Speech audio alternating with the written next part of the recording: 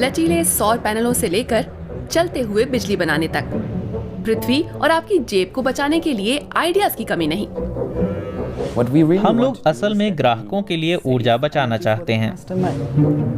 निवेश की भी कोई कमी नहीं। आने वाले दशक में ये सबसे दिलचस्प मौका होगा। 2024 में क्लीन टेक में 1.8 खरब डॉलर निवेश होने की उम्मीद है। कार्बन उत्सर्जनों में कटौती के लिए ये सेक्टर उभरा है। हजारों उद्यमियों के लिए इसमें बड़ी कमाई है, लेकिन क्या ये बिजनेस भविष्य को बदल पाएंगे? विचार से लेकर विस्तार तक, राजनीति से नीति तक, क्लीन टेक के वादे और मुसीबतें। बढ़िया सवाल है। मैं रोज साइकिल से काम पर जाता हूँ। ये हैं माथियास मार्टेंसन। हमने उनके खुद के ग्रीन संकल्पों पर उनसे सवाल किए। उन्होंने अपने ग्रीन बिजनेस के बारे में बताया। उनकी जर्मन कंपनी ने क्लीन टेक सॉफ्टवेयर बनाया है। ऐप की मदद से लोग जीवाश्म ईंधनों के बदले अक्षय ऊर्जा अपनाते हैं। बिजली की खपत को लेकर भी ऐप उनकी मदद करता है। दिन भर हर घंटे अलग अलग कीमत आती है। सुबह के समय बिजली काफी महंगी होती है, धूप ज्यादा रहे तो सस्ती हो जाती है, फिर और महंगी भी हो सकती है। हम ग्राहकों की खपत उन अवधियों में रखना चाहते हैं जब बिजली सस्ती पड़ती है। क्लीन टेक्नोलॉजी या क्लीन टेक, ये ऐसे नए उत्पाद हैं जिनकी जरूरत हमें अपनी धरती को बचाने के लिए है।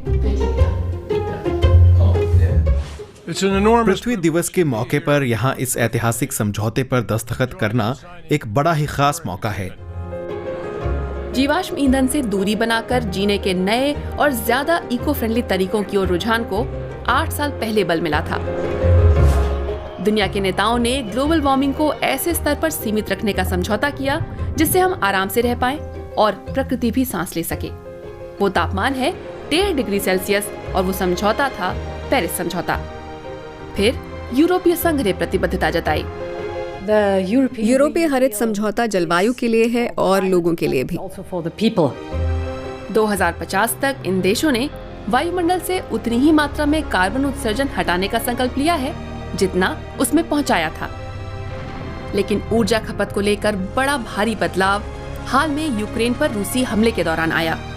रूस के बाहर से तेल हासिल करने के लिए देशों में होड़ लग गई और वो इस बहाने अक्षय ऊर्जा आपूर्ति में निवेश पर जोर देने लगे।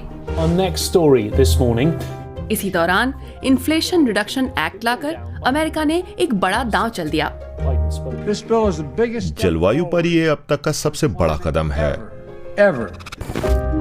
मूल सवाल पर लौटते हैं। क्लीन टेक जैसी कंपनियों को काम करने के लिए फंडिंग की किल्लत है, नीतिगत कमियां भी हैं, जिनका हो रहे थोड़े बहुत बदलावों पर बुरा असर पड़ रहा है। अपनी जलवायु प्रतिबद्धताओं को बनाए रखने के लिए हमें 2030 के दशक की शुरुआत में ही 4.5 खरब डॉलर चाहिए। जलवायु के मुद्दे पर समर्थन के लिए बड़े कॉर्पोरेट, बैंक और विशाल पेंशन फंडों की जरूरत होगी, क्योंकि फिलहाल तो धरती की सुरक्षा और क्लीन टेक की कामयाबी दोनों के लिए काफी मेहनत करनी होगी।